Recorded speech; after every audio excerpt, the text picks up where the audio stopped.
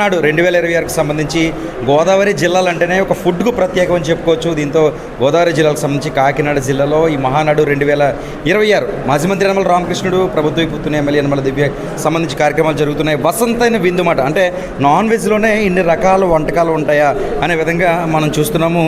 దాదాపు గోదావరి జిల్లాలు అంటేనే ఒక ప్రత్యేకమైన రుచులు ఉంటాయని చెప్పుకోవచ్చు. ఇలాంటి తరుణంలోనే అనేక రుచులు ఆకట్టుకుంటున్నాయి. ఒక ఫుడ్ ఫెస్టివల్ మాదిరిగా ఇవన్నీ మనం చూస్తున్నాం. ఇవన్నీ కూడా పూర్తిగా నాన్ వెజ్ వంటకాలు అన్నమాట. ఎగ్లో ఇన్ని రకాలు, ఫిష్లో ఇన్ని రకాలు, చికెన్లో ఇన్ని రకాలు, స్వీట్స్లో ఇన్ని రకాలు, దీంతోపాటు వెజిటేరియన్ అన్న ఏంటి నాన్ వెజ్లో ఇన్ని రకాలు ఏర్పాటు చేశారంటే వసంత అనివింది ఎలాంటి ఏర్పాటు చేశారు ఏంటి? మహానాడు పండుగ అనేది తెలుగుదేశం పార్టీకి, ఆంధ్ర రాష్ట్ర ప్రజలందరికీ కూడా ఇది ఒక మహత్తరమైనటువంటి కార్యక్రమం. ఈ మహానాడు పండుగ ప్రతి ఏడాది మే 27, 28, 29 రోజులు ఎప్పుడొస్తుందా అని ఎదురు చూస్తూ ఉంటారు. మరి ఆ సందర్భంలో ఆ 3 రోజులు ఒక సంతోషకరమైనటువంటి వాతావరణంలో ఈ మహానాడు పండుగ జరుపుకుంటూ, మరి మహనీయుడు తెలుగుదేశం పార్టీ వ్యవస్థాపకులు శ్రీ నందమూరి తారక రామారావు గారి జయంతి సందర్భంగా ఏర్పాటు చేసినటువంటి ఈ మహానాడు కార్యక్రమంలో పసందైనటువంటి విందుతో పాటు వినోదాత్మకమైనటువంటి కార్యక్రమాలతో ఈరోజు మహానాడు కార్యక్రమం తునిపట్నంలో ఎమ్మెల్యే యనమల దివ్య గారు సారథ్యంలో జరపబడును. దీనికి అశేషమైనటువంటి జనమందరూ కూడా వచ్చి ఈ కార్యక్రమాన్ని విజయవంతంగా కూడా చేస్తారు. రకాలు పెట్టారు నాన్ వెజ్ వంటకాలు, ఎలాంటి రకాలు ఉన్నాయి ఏంటి, ఏంటి? నాన్ వెజ్లో 3-4 రకాలు నాన్ వెజ్లో ఒక 3-4 రకాల వెజ్ ఇవన్నీ కూడా ఏర్పాటు చేయడం జరిగింది. అదేవిధంగా రేపు 28 మహనీయుడు ఎన్టీ రామారావు గారి జయంతి సందర్భంగా మరికొన్ని రకాలు అదనంగా పెట్టి రేపు కూడా మెనూ వేరేగా ఉంటుంది. తెలుగుదేశం పార్టీకి సంబంధించి మహానాడు అనేది సంస్థాగతంగా ప్రతి ఏటా జరుపుకునేటువంటి పండగే కాదు, మా అందరికీ ఆరాధ్య దైవం. తెలుగుదేశం పార్టీ వ్యవస్థాపక అధ్యక్షులు, భారతదేశ రాజకీయ చరిత్రని ఒక మలుపు తిప్పినటువంటి మహానేత నందమూరి తారక రామారావు గారి జయంతి కూడా కలుపుకునే మొదటి నుంచి కూడా మహానాడు కార్యక్రమాన్ని పెట్టుకోవడం జరిగింది.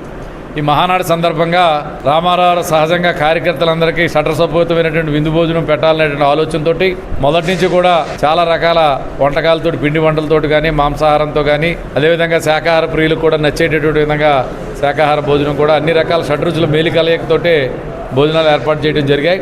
ఇక్కడ సంబంధించి ఈ నియోజకవర్గానికి సంబంధించి పెద్దల రామకృష్ణ గారు కానీ, శాసనసభ్యురాలు సోదరి దివ్య గారి యొక్క ఆధ్వర్యంలోని అన్ని క్లస్టర్స్లో కూడా దాదాపుగా ఒకే మెనూ, ప్రొద్దుట బ్రేక్ఫాస్ట్ నుంచి మధ్యాహ్నం లంచ్ వరకు, మధ్యలో సర్వ్ చేసే స్నాక్స్ నుంచి అన్నీ కూడా ఒక యూనిఫార్మిటీ తోటి అన్ని క్లస్టర్స్లో కూడా ఒకే విధమైనటువంటి మెనూని ఇవ్వడం జరుగుతూ ఉంది. ఇది ఒక పక్క భోజన ప్రియులకి ఒక శుభవార్త అయితే, రెండవది ఏంటంటే పేద ప్రజానీకం కానీ ఎవరైతే తెలుగుదేశం పార్టీని ఆదరిస్తున్నటువంటి వర్గాలు ఉన్నాయో వారందరికీ కూడా తెలుగుదేశం పార్టీ తరఫున సంస్థాగతంగా ఎప్పటికప్పుడు కొన్ని సిద్ధాంతాలను సూత్రీకరించుకుని, అదేవిధంగా మూల సిద్ధాంతాలకు దూరంగా జరగకుండా ప్రభుత్వాన్ని ఏ విధంగా నడపాలనే స్పష్టమైనటువంటి ఆలోచనతో రామారావు గారు ఏదైతే ఆ రోజున పేద ప్రజలకి పట్టిడన్నం పెట్టడమే ఈ తెలుగుదేశం పార్టీ లక్ష్యం అని చెప్పారో, ఆ లక్ష్యాన్ని మరింత దూరంగా, మరింత ఎత్తుకు తీసుకువెళ్లే విధంగా ఇనుముడించినటువంటి టెక్నాలజీ ఏదైతే పెరిగినటువంటి సాంకేతికత ఏదైతే ఉందో ఆ సాంకేతికతను కూడా జోడించి అభివృద్ధి అనేటటువంటి మరి విషయంలో కొత్త పొంగలు తొక్కుతూ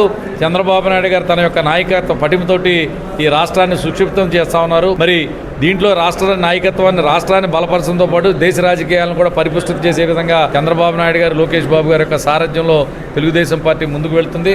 ఇది పసుపు పండుగ. ఉదయం నుంచి కూడా మార్నింగ్ బ్రేక్ఫాస్ట్ ఉప్మా, ఇడ్లీ, దోశ, మరియు మధ్యాహ్నం చికెను, మటను, గుడ్లు పులుసు. ఎగ్గలోనే 8 రకాలు పెట్టారంటే ఆ థాట్ ఎలా వచ్చింది? ఎగ్స్ ఏంటి, ఆ విధానం ఏంటి? కోడికి ఎగ్ వస్తుంది కాబట్టి దాంతో తయారైంది 4-5 రకాలు చేసాం. అలాగే ఐటమ్ కూడా గుమగుమలాడుతుంది. ప్రతి ఒక్కరు కూడా ఈ యొక్క కార్యకర్తలకి ఎటువంటి ఇబ్బంది లేకుండా ప్రతి అరగంటకి బటర్ మిల్క్, అలాగే ఫ్రూట్స్, అలాగే స్వీట్స్ అన్నీ కూడా ఏర్పాటు చేయడం జరిగింది. ఈ మహానాడులో పాలు పంచుకోవాలని చెప్పి ప్రతి ఒక్కరిని కూడా కోరుకుంటున్నాను. Thank you. ఇది మొత్తం ఒకసారి ఫుడ్స్ చూసే ప్రయత్నం చేద్దాము. గోదావరి జిల్లాలకు సంబంధించి చాలా డిఫరెంట్ ఫుడ్స్ ఉంటాయి. ఎగ్స్ మాట, అంటే ఎగ్స్లోనే ఇది పూర్తిగా గ్రేవీతో కూడిన ఈగురు మాట, అంటే నోరూరించే విధంగా ఎగ్స్ అన్ని రకాలు తయారు చేశారు. దీన్ని ఓన్లీ ఎగ్స్లోనే మరొక లివర్ ఫ్రై కింద కూడా ఏర్పాటు చేశారు. ఇది ఎగ్ పులుసుగా కూడా ఏర్పాటు చేశారు. దీంతోపాటు చికెన్ డీప్ ఫ్రై అదేవిధంగా అక్కడ మటన్ కర్రీ, దాంతోపాటు దమ్ బిర్యానీ, ఇలా వెజ్ మసాలా, ఇలా ఒకటేంటి మహానాడులో దాదాపుగా నోరు నుంచే రకాలన్నీ కూడా ఈ భోజన ప్రియులన్నీ కూడా ప్రత్యేకంగా ఆకట్టుకుంటున్న పరిస్థితి నెలకొంది. వామో మహానాడులో ఇన్ని రకాల వంటకాలు ఉన్నాయా, ఏదో మనం ఒక ఫుడ్ ఫెస్టివల్కి వెళ్ళిన మాదిరిగా అయితే మాత్రం మహానాడు కాకినాడ జిల్లాలో అయితే మాత్రం భోజన ప్రియులను కనువిందు చేస్తుందని చెప్పుకోవచ్చు. ఇది మహానాడుకి సంబంధించిన ఫుడ్ ఫెస్టివల్ అప్డేట్.